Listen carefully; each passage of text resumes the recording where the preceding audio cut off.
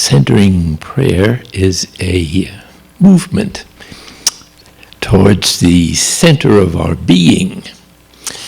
Of course, there are many ways of doing this. Almost everything created or that exists is a stepping stone to a deeper, further, or a mystery that is beyond it, that is the source of it, and that rests in it. In this perspective, God is present in everything and beyond everything at the same time.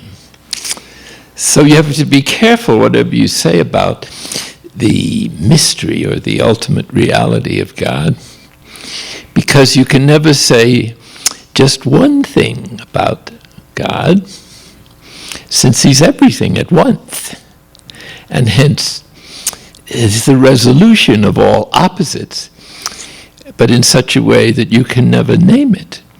And so all the great mystics of all the traditions, as far as I know, all say there is no name for this ultimate reality. It just is. And it is in such a way as to be in relationship with everything else that is, since it's the source of everything that exists. So it's not surprising then that the Christian religion, at least, considers the Trinity as the very central and basis of all its religious ideas and practices and perspectives. And so this morning, we want to introduce you in some way to a method that comes from earliest Christian times and is pre-shadowed in the biblical or the Hebrew Bible, and that is that God is available, close, personal.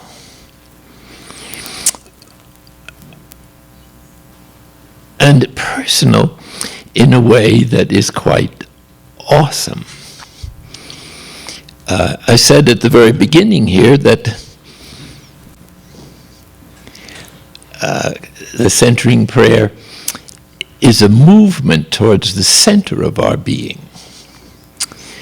And so the practice consists largely in moving from our ordinary psychological awareness, everyday awareness, to the spiritual level of our being, which also includes the ego religious self, you might say, and then a true self that emerges as the ego and false self diminish. So the diminishments of the false self, our self-made self in early childhood, is what begins to put cracks in our defenses that keep out the deep or experiential awareness of the divine presence. So there's another aspect of this that is worth looking at, and that is that this ultimate reality, the source of our being at every level, body, soul, and spirit, is awesome, is overwhelming. Just take a look at the night sky, if you can see it on a good night. We have a good view of it in the place where I live. But even a single point that you might look at in the night sky has perhaps millions or billions of galaxies in it.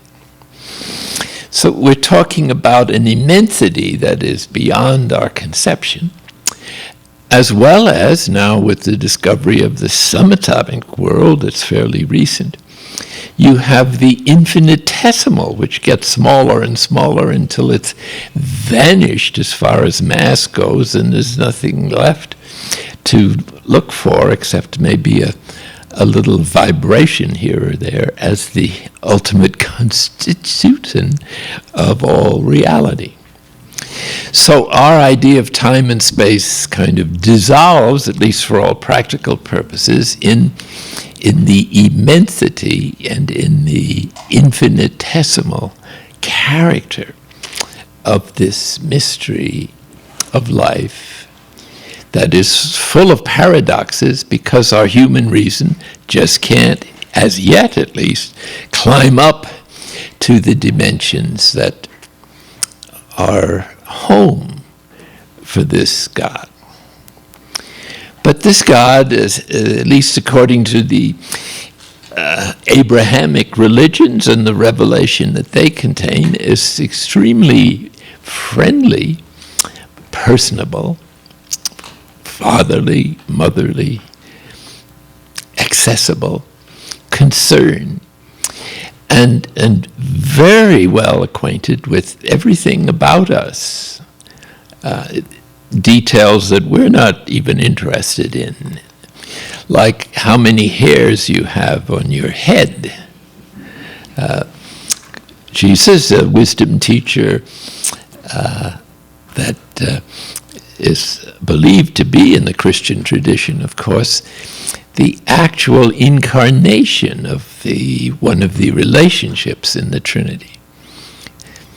This presence is so close and so detailed and so concerned that Teilhard de Chardin could say that Christ is present in every particle. If you're familiar at all with quantum mechanics, this is one of the smaller building blocks of the universe.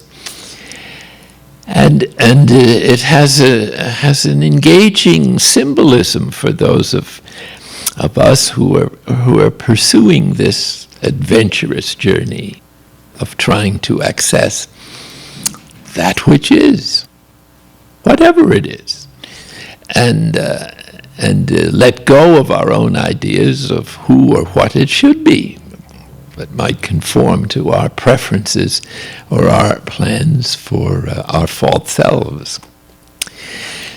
So to become reality itself by participation, and just how much we're invited into this ultimate meaning of life is not easy to grasp. I was going to say something about this mystery that is so immense. I don't want to frighten you, but let's be frank, it is scary.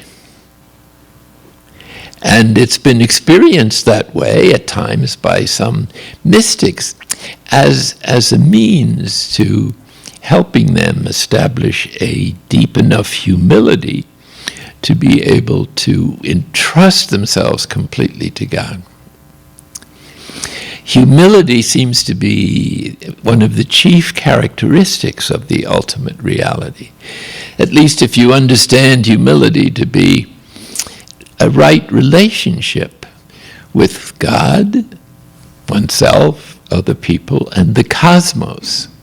And the right relationship is to allow it to happen, is to let it be, is to allow whatever happens to happen. Because whatever is happening in some way is not only revealing this ultimate mystery, but is that mystery in some way that we don't quite understand. So there was a Latin term for this, and it went like this: the mysterium tremendum et fascinans. Notice the Latin there at the ending of the first two words, the mysterium, that's the proper Latin pronunciation, I believe, tremendum, kind of suggests that even though the words are a little scary, the sound is delicious. It's yummy, so to speak. And so this God is once again approaching us with this unresolvable dichotomy of being infinitely frightening and infinitely desirable at the same time, and indistinguishably both. And it's this brush with the divine that is the classical disposition of humility that the great mystics of all the traditions, I believe, have experienced. What do I mean by that? I'm trying to suggest that the presence of God as God actually is too much for us in this life. If you experience the raw encounter. Now, some people came close to it, if you recall your Hebrew Bible. Jacob, as you know, wrestled with the angel or vice versa, and he came out somewhat crippled from the encounter, but incredibly enriched. So that this wrestling with God is a symbol of the interior struggle as to how to deal with the majesty, awesome character of that which is, without any limitation of any kind in any direction. We're dealing with isness, or even that is a little misleading, because God is not a noun, but something that is always happening. God is sheer action as well as rest. He's always saying one infinite word that contains all knowledge and all reality, but silently, or in a great silence, so that whatever you say about God, you have to be prepared to affirm the opposite. So by the time you've negotiated that for a while, you finally, like Jacob, ask for God's blessing and go on your way. Because there is no answer to the problems of life except God as God's self is. It's the answer to every question, and there is no final answer to any other question. Who is God? Because if you find that out, you will know who you are. And if you know who you are, you may be surprised to find that you are God too, by participation.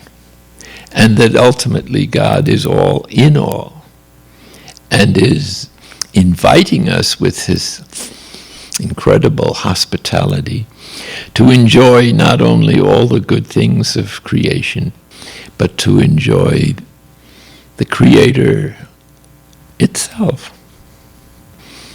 And I might just add here, what does a host really want of the guests at a great banquet? Not money. They could go to a restaurant and do that. What most hosts do, and I imagine that's your disposition also if you throw a party, what gives you pleasure is that the guests have a good time, that they enjoy the party. That's the reward of the one who throws the banquet.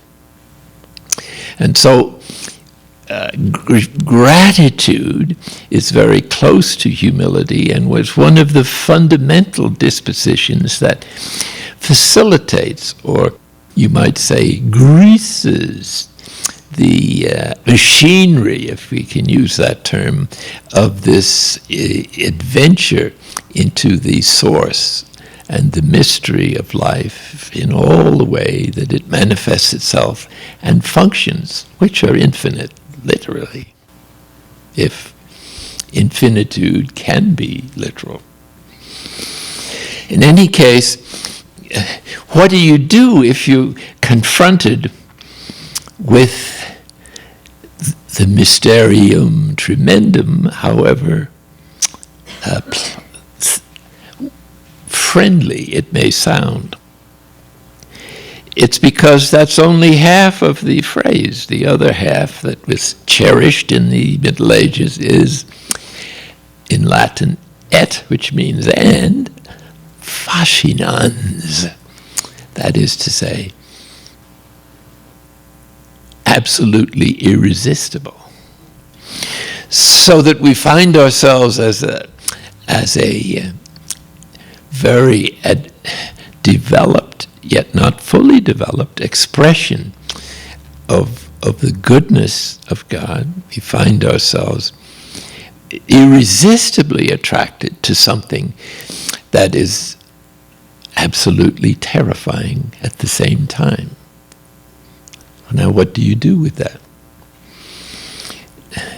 This is called the spiritual journey. And humility is not just a remembering of our faults and our failures, which is usually a lament because we don't measure up to our idealized image of ourselves, which is not really worth pursuing anyway. It's rather this awareness that we're nothing in relationship to that which is, and have been called out of the mysterious silence of God that contains all possibilities, and are invited to participate in the most intimate way in a plan of saving the most unlikely race of creatures that you could possibly imagine. We're the least intellectual of all creatures, as far as we know, at least in embodied creatures. And now that science has graciously helped us out with all kinds of information about how the universe works and how life emerges and how it seems to be moving towards ever greater complexity and spirituality, these ideas are extremely important for contemporary spirituality in every religion. The Teilhard de Chardin, as you may know, was a paleontologist and a mystic. His state of life was a Catholic priest, but I think most of the time he spent with the fossils. In any case, he was one of the great bridges between science and religion. After the Enlightenment of a couple of centuries ago, religion and science were like two people in a boxing match or a wrestling match, and they couldn't agree about almost anything. This is changing, and he's one of the great figures who not only bridged that gap, but almost annihilated it. And at the moment, both the representatives of science and religion are gradually catching up with this insight, this vision of that revelation, at least in the Abrahamic traditions and religion, are two books of revelation. This is certainly the teaching of the early fathers of the church, and it means that nature is also a revelation of God. And now that these discoveries are so amazingly advanced through modern technology, we know more about how things work, and hence about the way the Creator has put things together than ever before. And this is information that is very valuable and can't be ignored. His Holiness the Dalai Lama has said that if you discovered a contradiction between well-proven, established evidence and religion, he would choose science because of the objective character of the evidence. Well, that suggests a religious person who has opened to the full reality of contemporary history and discovery and knowledge, which invites us not to reject our religion, but to have a certain flexibility in integrating into it some of these new insights which come at the truth of God from a different perspective, but which are in many ways reinforcing each other, and hence must not only sort of become friends, but should be married and should live together ever happily thereafter. They each have a different perspective on reality, and no one category of human knowledge can possibly be able to make all the answers through its own perspective. Complexity or diversity is one of the aspects of the Trinity that has to be expressed. I suppose maybe some of you are artists, but what you're usually doing when you create something is to express some thought or feeling or perspective or concern that comes out of your inmost being, depending on how passionately you're pursuing a particular artistic expression. Well, so whatever we see around us is telling us something about God. Wasn't it Einstein who said that science are God's thoughts, and the way things are arranged tells us something about the artist and the artist's intent. And so to conclude just that aspect of the awesomeness of the journey, it isn't a vacation. It's better than a vacation, but it isn't a vacation. It's a return to the source of our being. It's an awakening to who we really are. It's the discovery of the divine presence within, precisely as loving, as tender, as motherly, as caring, as considerate, as infinitely detailed in the way that he leads each of us through every life experience and through our interior experiences towards a goal that we have no way of imagining its beauty, goodness, freedom, peace. As Paul puts it, it hasn't even entered into the imagination of a human being what God has prepared for those who love him. And is it hard to love God when you look around and see the incredible beauty that is strewn all over the place? Now there's an underbelly to God's greatness and beauty, you might say, that we call evil. And that is simply the result of creation. If God is God, as understood in as the one and the source of all that is, if God is God, then if he starts to create something, he is in trouble. Or if you prefer, she is in trouble. And so are the people who are created, because they can't be perfect. They're not God in the original sense of the word. They can only become so through participation. So by being invited into this adventure of human life, we have to expect to find imperfection in ourselves and in everybody else, and at times in the way that creation works.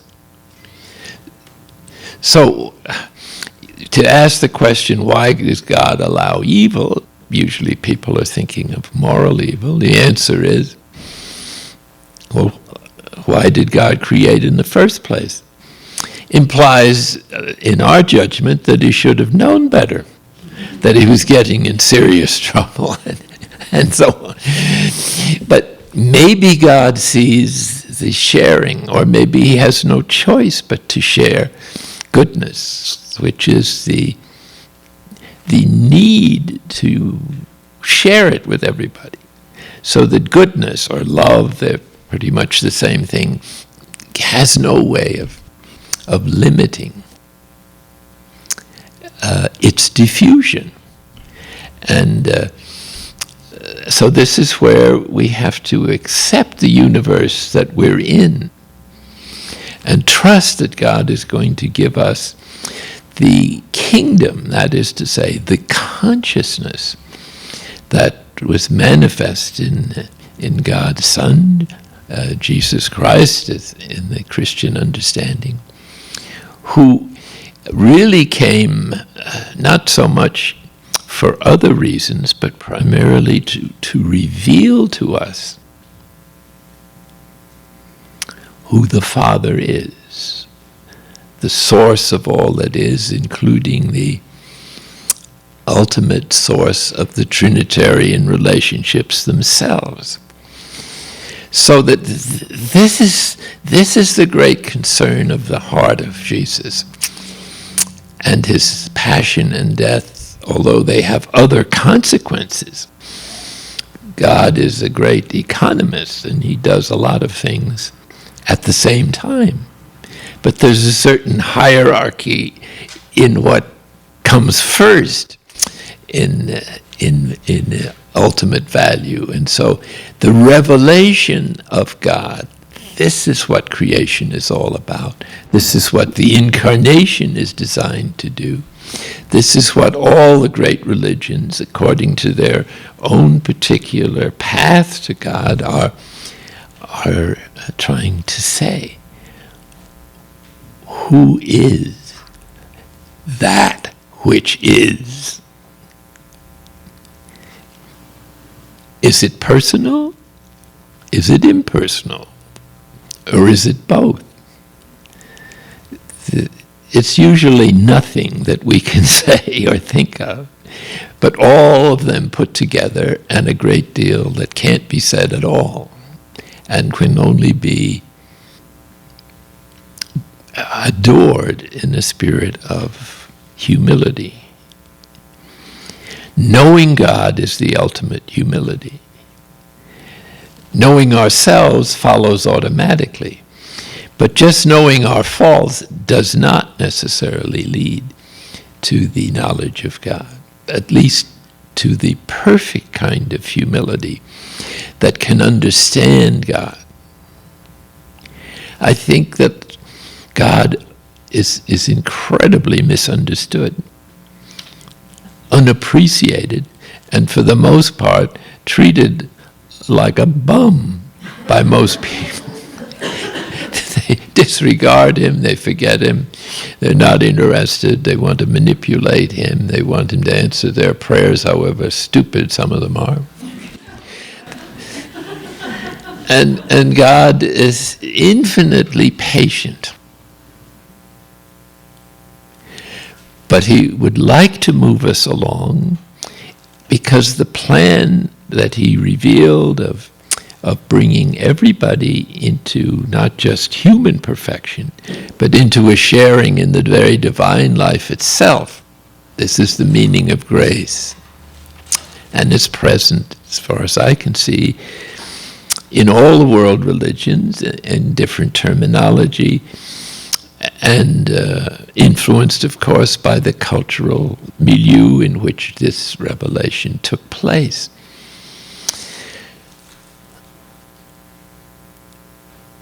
So God is infinitely diverse and infinitely united or one at the same time. Now, if you can figure that out, you deserve more than a Nobel Prize. You've understood what nobody else has ever understood. But hopefully we will when we move beyond the limitations of the human condition in this life and can see with the pure eye of our inmost being, which in the Abrahamic traditions is the image of God, so that we can awaken fully to reality as it actually is without hiding behind various psychological defenses that we built because we were afraid of the mysterium tremendum, or of what might happen if we surrendered to the boundless attraction for infinite happiness that the word fascinans suggests. So let's turn a moment to the question of how we might prudently access the presence of God within us and the mystery of who we really are at the deepest level. Clearly, we're not just our resume or our ego, or even our religious ego, you might say, which pursues religious practices for more or less selfish motives. And this is a subject that implies an understanding of the human condition that we'll address a little later in this series.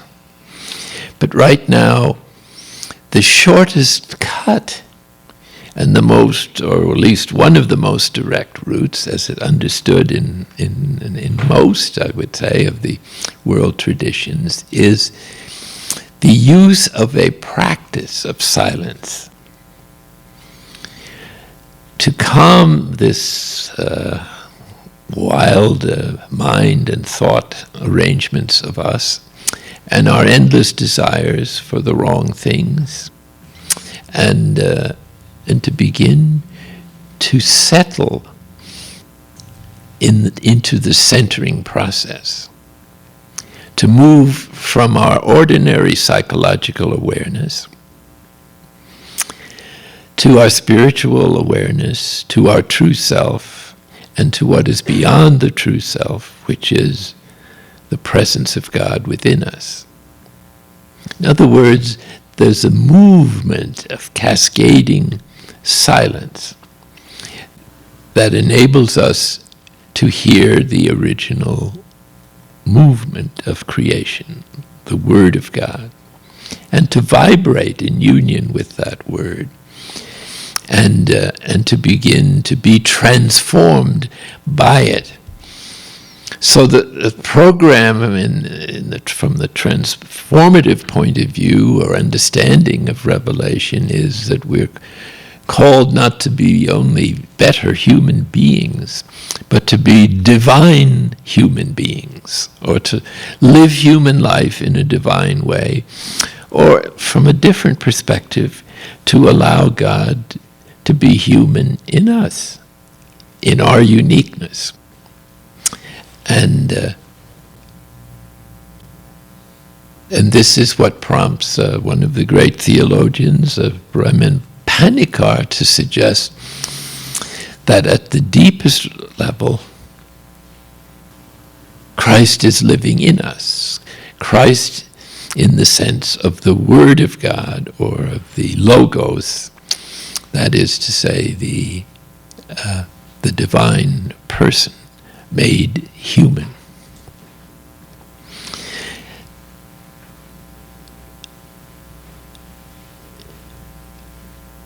St. John of the Cross puts it perhaps even more clearly: Christ is the center of the soul.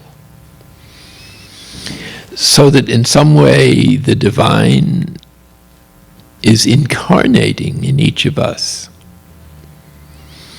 manifesting or allowing God to experience what it's like to be human in each of us. Now, this might not make much sense to us. Why would God want to be me, for heaven's sake? We've got better things to do. But it's precisely our weakness that interests him, and our inability to climb up to this destiny on our own strength. In other words, it's a relationship of surrender and dependence, and tenderness, like a parent, or more advanced in many cases. It's a relationship that has its erotic element, that is to say, our whole being, body, soul, and spirit, is invited into the divine unity, each part taking on its appropriate joy and experience of union. So this is why you might say that the body itself is the mediator between God and us. And God hides the intensity of his love, or whatever corresponds to human passion in God. But it's not a sort of wish that God has. It's an intent, and it's powerful as heaven or hell. It wants to give itself away with the greatest desire you can imagine. And it's hinted at in various places of Scripture. For instance, in Isaiah we read as a bridegroom rejoices with his bride on their bridal night, so I rejoice in you, O Israel, God of Yahweh says. So we're not, if God is impersonal, he also has personal aspects, and that whole controversy has a lot to do with cultural conditioning and the meaning of words over a long period of time. The concept of person has been studied in the West much more than in the East because of the doctrine of the incarnation of the Son of God, the second person of the Trinity, as a human being. So centering prayer then is one of the means of pursuing this movement to the center of our being. And this rearrangement of our values and our understanding of the meaning of life as that journey continues. It's not a privatized journey. Here again, science reinforces the insights of the great founders of the religions, or the reformers thereof, in which they assert that God's great goodness is calling us, not rejecting us, but reaching out to us with the greatest intensity, depending on our need for help. And so it's our very struggles with our weakness and imperfections that attracts the divine compassion, which is infinite, towards us. So that everybody, no matter who they are called into this adventure as a community of faith and love. And the image that St. Paul uses is now being greatly enriched by the discoveries of cellular biology and brain research and all the other wonderful studies now going on about the human body and how it works. All of the cells in life have the same basic structure, from the smallest to the largest. And there isn't a great deal of genetic difference between us and our beloved ancestors, the chimpanzees and other distinguished members of the animal kingdom. So the whole evolutionary discovery of the last century or more, it is an invitation to accept ourselves as evolving creatures who have a past that involves not only raw matter and the gradual preparation of elements in the universe that could support life, but now is supporting the further evolution of biological life that has moved through vegetative functions and animal functions and has come to a new peak in the neocortex and is still growing. One of the great discoveries is obviously that the brain is flexible, it's plastic, it can change. but it also takes the form of the habits of mind that we teach it in the course of growing up. And so it's not easy to change it overnight. It's like the arroyos or the channels of a mesa that is being eroded by the wind and the rain. The energies are going to take the line of least resistance. And they're not going to build new channels unless you make some effort and perhaps get out your shovel and fill in the old ones. Bulldozer might be even more helpful. But in any case, we're invited to let go of the original ideas we had of ourselves as we emerged from the unconsciousness of infancy into self-consciousness and the need for the gratification of our instincts for survival, affection, esteem, and power and control. And the ego has sort of emerged out of those experiences, along with cultural conditioning and our dependence on a particular group or social, to constitute a certain self-consciousness or self-identity that we use in order to face the difficulties of life and the responsibilities of a family or supporting ourselves and living as a social being. But there's a deeper level of unity besides this common experience of coming to consciousness without knowing what true happiness is and mistaking the gratification of our instinctual needs for this happiness. And we need a strong ego in order to function in this world, but at some point it becomes less than an asset. And it needs to be reduced in its influence in our decisions, and it stands in the way of the true self with its particular symptoms, capacities, and potentialities to live a full human life and indeed a divinely human life. And that life is characterized most by the capacity for love and compassion and the letting go of our self-centered habits and behaviors of a lifetime that are etched in the brain.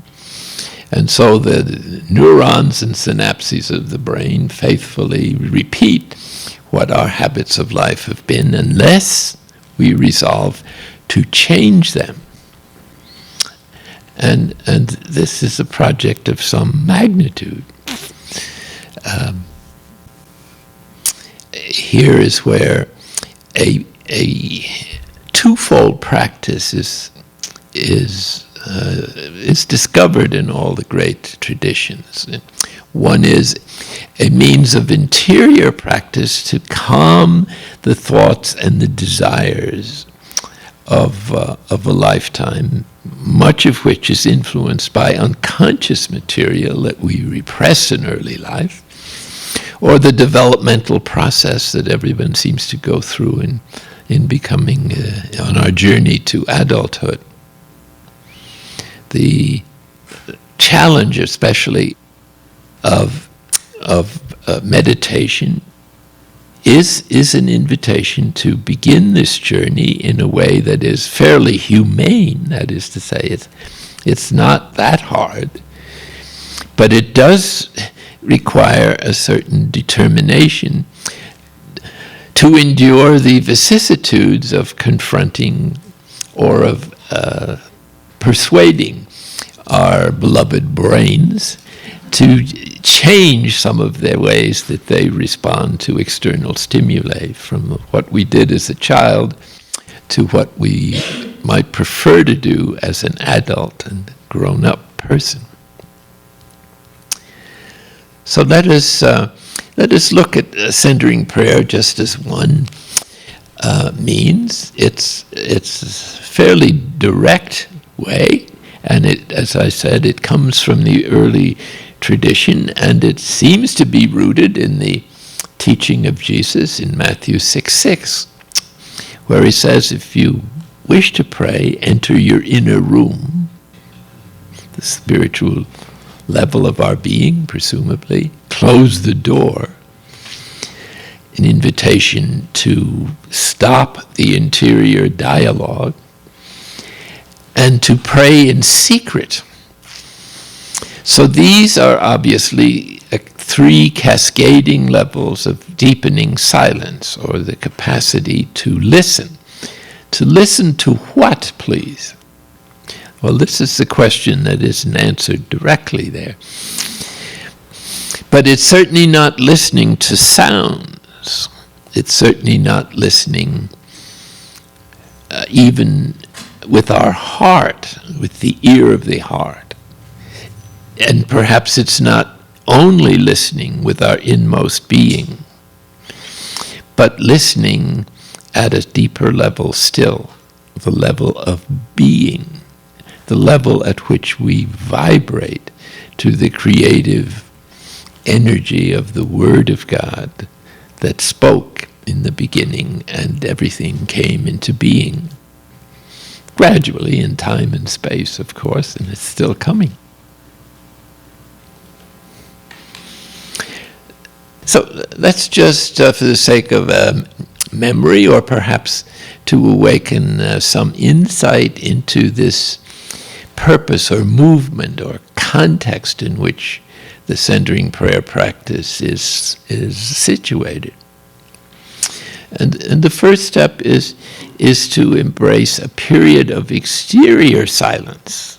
That is to say, to withdraw in some way from our usual environment or world by external silence, but above all by just going somewhere that we can count on a certain solitude and not being interrupted, and just be with ourselves and with God without trying to theologize about it or to make resolutions about it. Just to begin a conversation on the level of being rather than of doing, which is the one we're usually most familiar with. And so silence as an external occupation is introduced in the centering prayer, as we'll explain later in this series, through a certain gesture. And it brings us to what Jesus calls the inner room, and he invites us to close the door, advice that has been interpreted to mean turn off our own flow of thoughts that go on and engage us morning, noon, and night during waking hours, and which are sometimes beyond our control, or we feel persecuted from them. Most people find that if they deliberately stop thinking for a few minutes, they begin to have more thoughts than they ever had in their life, because the imagination has been waiting for this moment when it could bring up all kinds of subjects that it can't do when you're deliberately focusing your attention on something else. So this is a new way of functioning. There are two approaches to this in the mystical traditions of the world religions. One is to develop a concentrative practice that concentrates on one thing and thus reduces the multitudinal thoughts to one or two specific focuses for a certain period of time.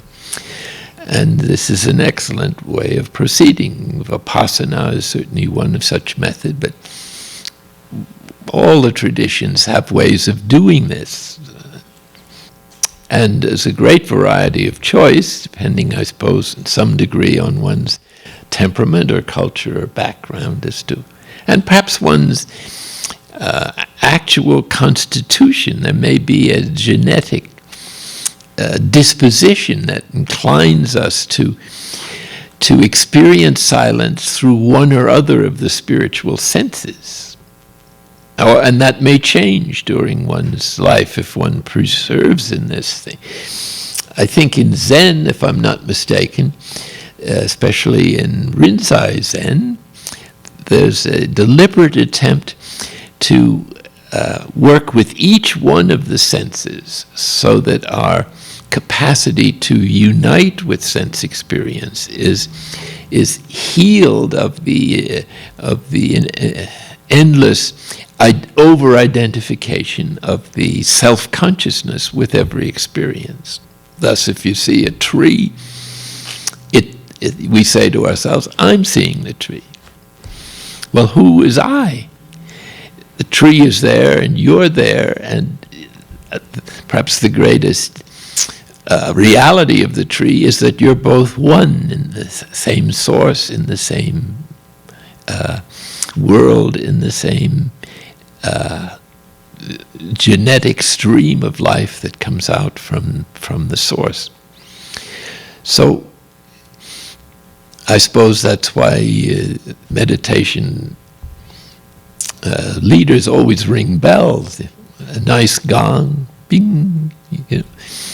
If you're listening closely and not thinking, then you meld sometimes with the sound of the bell and experience unity with reality, however briefly, but it's an experience of a whole new world that is hindered from our enjoying by the habits of identifying every experience as something that happens to me.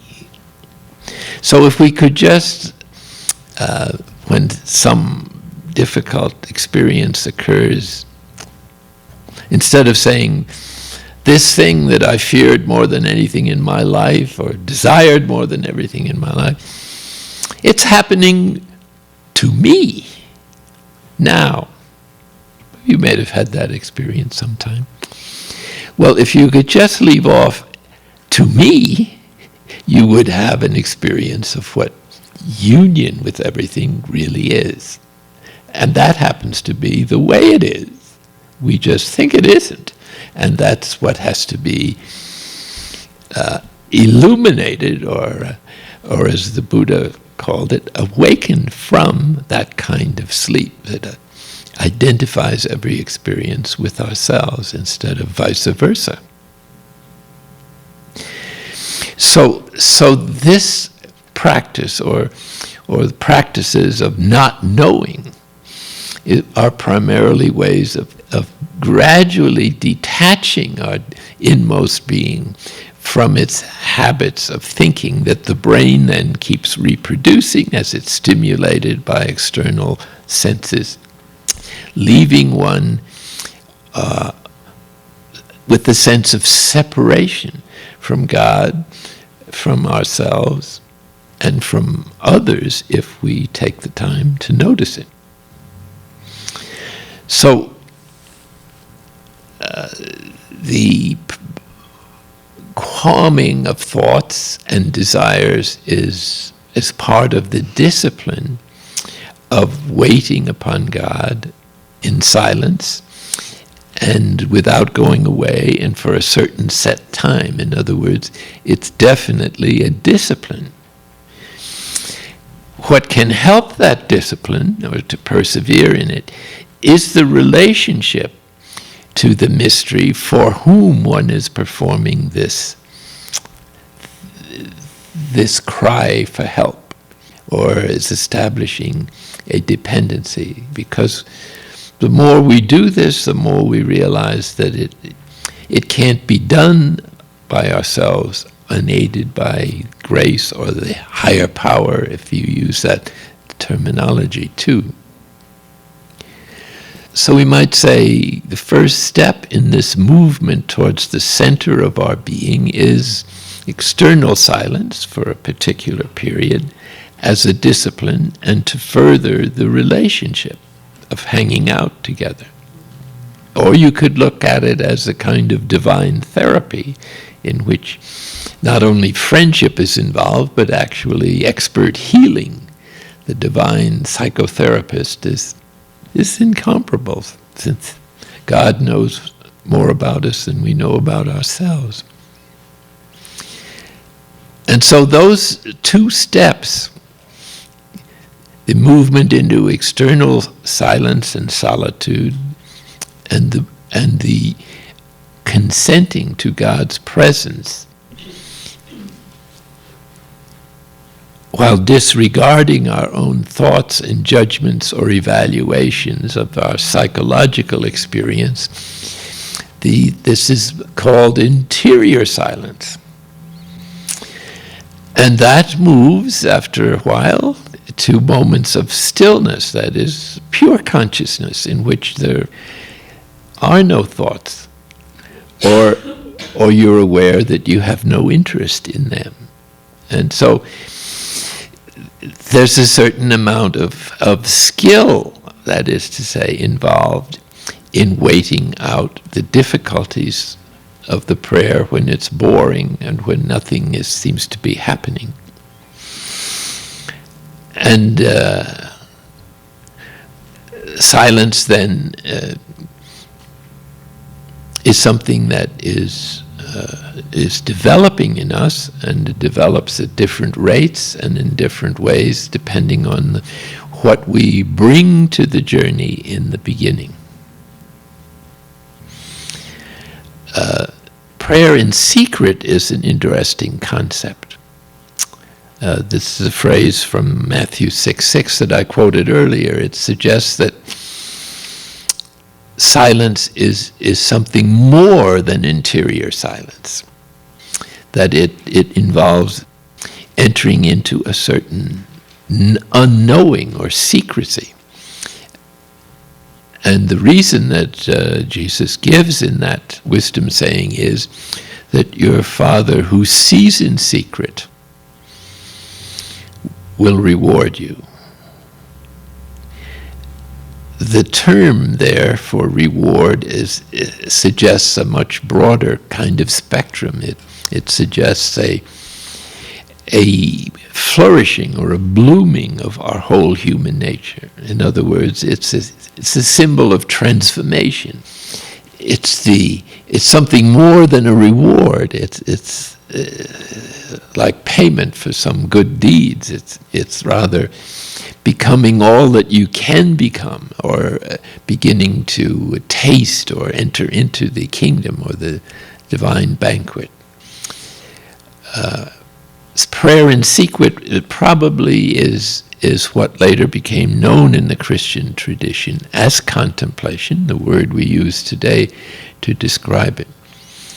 And it's the movement beyond thoughts into moments of union with God beyond thinking. It's the movement from conversation to communion. Or, as some of the early writers put it, it's a resting in God. Perhaps an image that comes to mind as a result of contemporary science is the discovery of the wave and particle theory, so that each of us sitting here is a kind of localized energy of a bigger wave from which we came and which we share with a number of other people. So perhaps you could think of contemplative prayer as relaxing into the wave, the higher energy from which you came.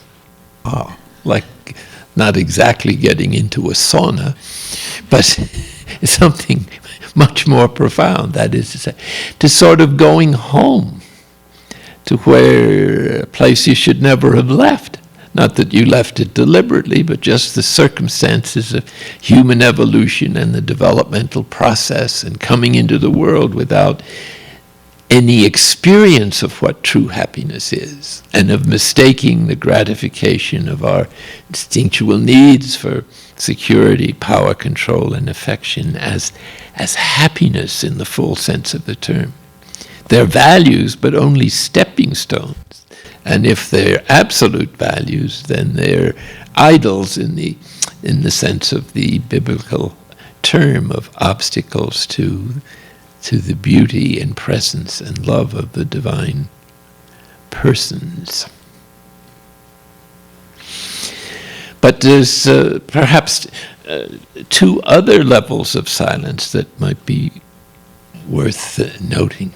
And the next one is service. Service is a important part of the teaching of Jesus and of most of the other great religious founders.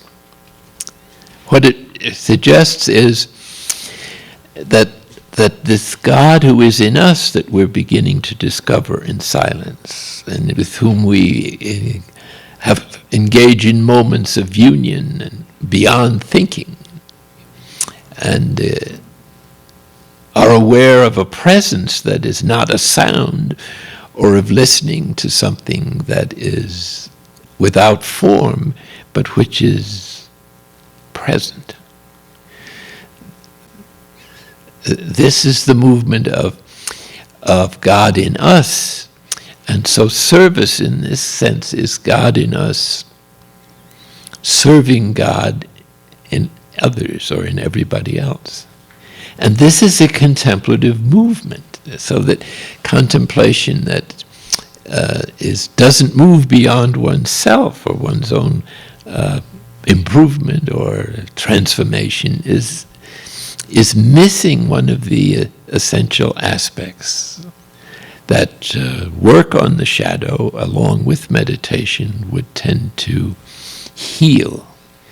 So along with, as contemplation develops in us, there begins to be a union between the prayer and action, and they no longer feel quite so antithetical to each other.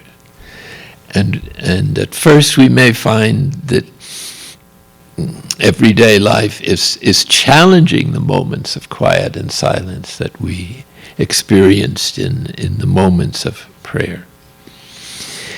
But with this level of silence, that is to say, prayer in secret, that dichotomy begins to diminish, and one perceives God's presence now more in activity or in everything that happens or in everything that is.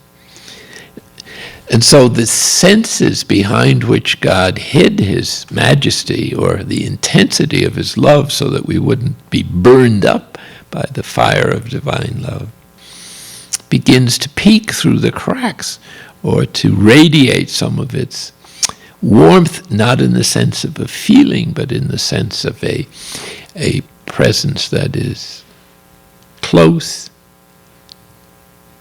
tender, healing. And that this enables one to see oneself more and more in the difficulties and sufferings of others, and to feel a need to reach out where this is possible, at least in some form. So that the old ways of the false self's activity that placed ourselves as the center of the universe begins to dissolve and is undermined, and the programs for happiness around the issues of security, power control, and affection and esteem may not go away entirely, but their influence or the amount of energy we put into pursuing what we perceive as the gratification of one of those three tendencies begins to slip away and diminish and to lose its hold on our behavior. And hence, the positive energies of grace that arise in the inner room, in direct proportion as the false self and its energy levels diminish, enables us to manifest more and more and to grow into the attitudes of the true self, which is the image of God in us, which is about oneness and about love, about compassion, and about serving each other. So there really is no leadership except servant leadership. Anything else is really domination, at least most of the time. So that especially for anybody in leadership roles, the need of a contemplative practice is paramount. Otherwise, they're going to project onto the people that are working with them or for them an awful lot of their own miseries, or project their own self-hatred or other things that we have been pretty well able to identify through the modern discoveries in psychology and psychotherapy.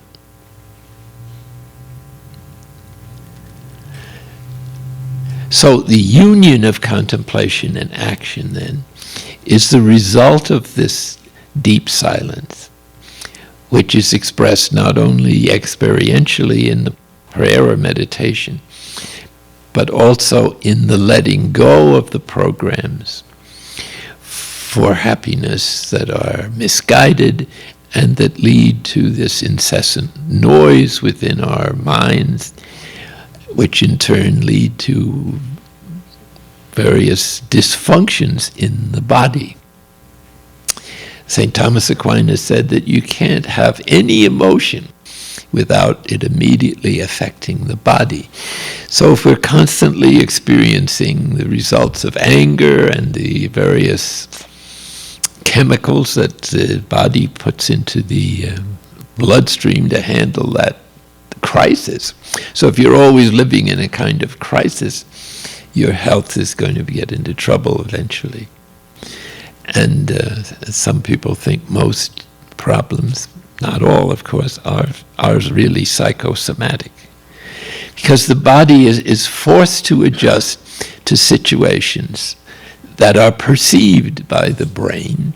And if the brain sees everything as fearful or dangerous or demeaning, then the body is constantly being battered by chemicals that it doesn't need, and which eventually will wear it out. Here again, contemporary brain research is discovering that the meditation of this kind affects those parts of the brain that deal with stress. There's machinery now to be able to recognize when different thoughts or feelings are occurring in the body, how they affect different parts of the brain. And it's pretty certain that stress is one of the things that meditation helps. So it's becoming a kind of friend of preventive medicine, along with your diet and other important things. We don't claim that it heals anything except pride, but we welcome these consequences that not us but scientists say it's the natural result. And if we use preventive medicine more, that is to say, our history of medicine up till now is mostly about dealing with symptoms, well, then it's too late to heal the disease except through the usual lengthy processes. But this medicine is getting the thought now that it would be more useful to start with preventive medicine, and that this would be a place where this kind of meditation would have a place. And perhaps, as you're aware, many medical professionals are using it, and they say with great effect. It's not, of course, reserved to centering prayer, but anything that reduces the energy we put into the false self is collaborating with the body. And as the body heals, then the presence of God hiding for our safety's sake, so that we don't get the full brunt of his presence and get burnt to a grease spot by the intensity of his love, can grow at a normal rate and be ready at during the dying process to see death as the birth canal into the fullness of life and the divine banquet, or whatever terminology you want to use for the ultimate fulfillment of the human adventure.